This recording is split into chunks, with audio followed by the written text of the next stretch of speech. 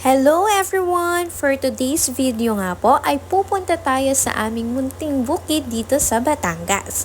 So heto na nga po at nilalakbay namin itong rough road na papunta mismo sa aming bukid. So eto na, malapit na po tayo. So konting hintay na lang and this is it na po ang harapan ng aming munting bukid dito sa Batangas. Tara, silipin natin! Kung mapapansin nyo nga po ay meron tayong mga hukay dito sa paligid kasi magtatanim po tayo ngayon ng kalamansi.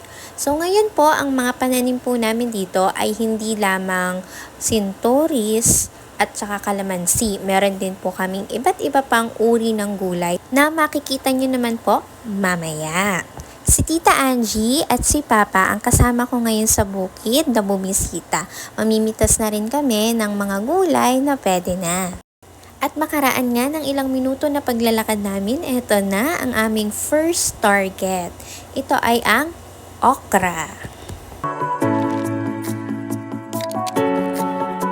At eto na nga, sinisimula na ni Tita Angie na magkuha ng mga okra. Kaso pagkakita namin, kasi ilang araw kaming hindi nakabisita dito kasi umulan.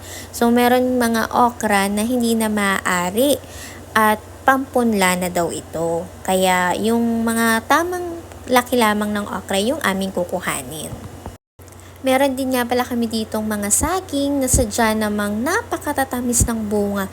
Kaya naman kami ay masayang masaya kasi nakakalibre na kami sa saging.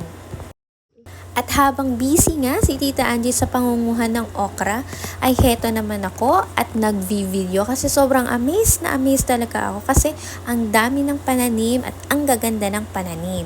So heto, papunta tayo ngayon sa taniman namin ng talong naman. So itong nasa paligid natin, left and right, yan po ay mga okra. So yung dulo, ayun ang talong. Yun ang ating pupuntahan. Let's go!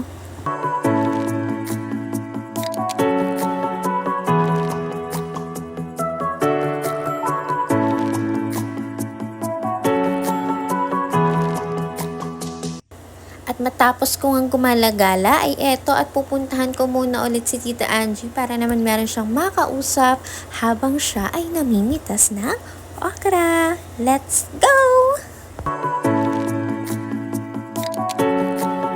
At bago nga matapos ang video na ito, gusto ko palang ipakita muna sa inyo si Papa na siya talaga namang hands-on sa pag-aasikaso dito sa bukid.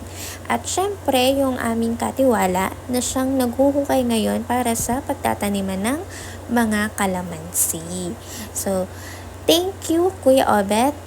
Kudos sa inyo.